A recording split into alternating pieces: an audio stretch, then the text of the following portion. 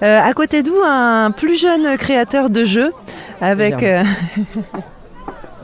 hop, avec Clé de Sol, Benjamin Lavie. C'est votre premier jeu, Benjamin? Oui, c'est mon premier jeu. C'est un jeu que vous avez créé il y a combien de temps? Voilà, l'idée est née il y a plus de 10 ans. Il y a 10 ans, voilà. J'ai commencé à le faire et puis à lister tous les artistes parce que le but c'était vraiment de regrouper tous les artistes et qu'on puisse s'éclater sur tous les artistes connus et qu'on puisse... Oui, alors on peut peut-être dire en quelques mots, pitcher Ouais. un peu le jeu Clé de Sol. Et ben, le but c'était vraiment de regrouper donc tous les artistes connus et qu'on puisse citer et fredonner tous leurs titres. Voilà, qu'il n'y ait pas un titre phare comme un blind test où on puisse... voilà. Donc l'idée c'est qu'on se retrouve autour d'une table aussi. Exactement.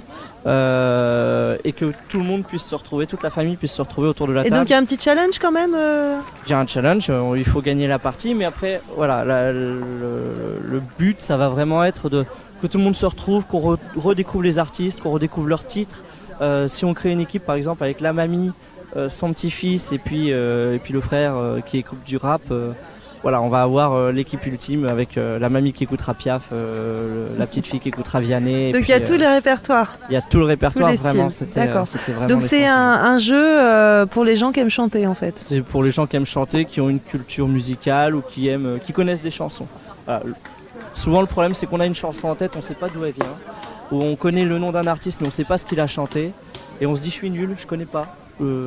Et là en fait, en recensant les titres et en les ordonnant du plus connu au moins connu, on peut se rendre compte que ah oui si en fait je connais, ah c'est lui qui a chanté ça, et ça nous permet vraiment de nous faire une idée de l'artiste ou d'associer tout ça.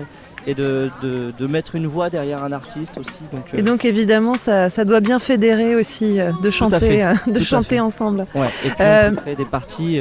Voilà, moi j'ai fait une partie à 34 joueurs. Il n'y a vraiment pas de maximum. Et justement c'est assez rare sur les jeux de société. Souvent dépasser 6-8 joueurs, il y a très peu de jeux qui proposent ça. Et là on a un jeu d'ambiance qui voilà, pour qui grande soirée. C'est ça. On parlait avec Juan Rodriguez du parcours du jeu. Quel a été le parcours de Clé de Sol, Benjamin, en tout cas jusqu'à aujourd'hui, puisqu'il est encore prototype? Oui, il a fallu l'imaginer et le créer. Là, on peut voir ici au festival une boîte que vous avez, j'imagine, fabriquée. Oui. Alors j'ai tout fait moi-même pour l'instant. Donc il a été sélectionné au Paris et Ludique en 2016. Donc il y a un concours assez important dans le monde du jeu. Ça c'est ma petite fierté. C'est une reconnaissance. Et puis voilà, donc il a avancé peu à peu. J'ai listé les artistes d'abord et quand je me suis rendu compte à quel point c'était long de faire des recherches sur les artistes, j'ai mis le projet en stand-by pendant 2 ou 3 ans. Il fallait que je finisse mes études. Puis l'idée ne m'a pas quitté parce que je trouvais que c'était un jeu important, que c'était important qu'on ait vraiment une espèce d'encyclopédie de la chanson française. Mais après, le terme encyclopédie n'est pas forcément très bien choisi. En tout cas, sous forme de jeu. Un peu pompeux, voilà, et un peu ennuyeux. Je voulais vraiment que ce soit un jeu fun. Et donc voilà, j'ai pas abandonné l'idée. Et puis dès qu'un artiste sort un nouveau titre, j'actualise. Donc c'est un jeu qui est prend évolutif, beaucoup de temps. Ouais, j'imagine. Voilà, donc, est-ce qu'il est en recherche d'éditeur ce jeu? Alors il est en recherche d'éditeur. J'attends encore une réponse, on va dire, une ou 2 réponses. Mais là je vais me lancer tout seul très certainement. Je vais sûrement faire un projet de financement participatif d'ici 1 an à peu près.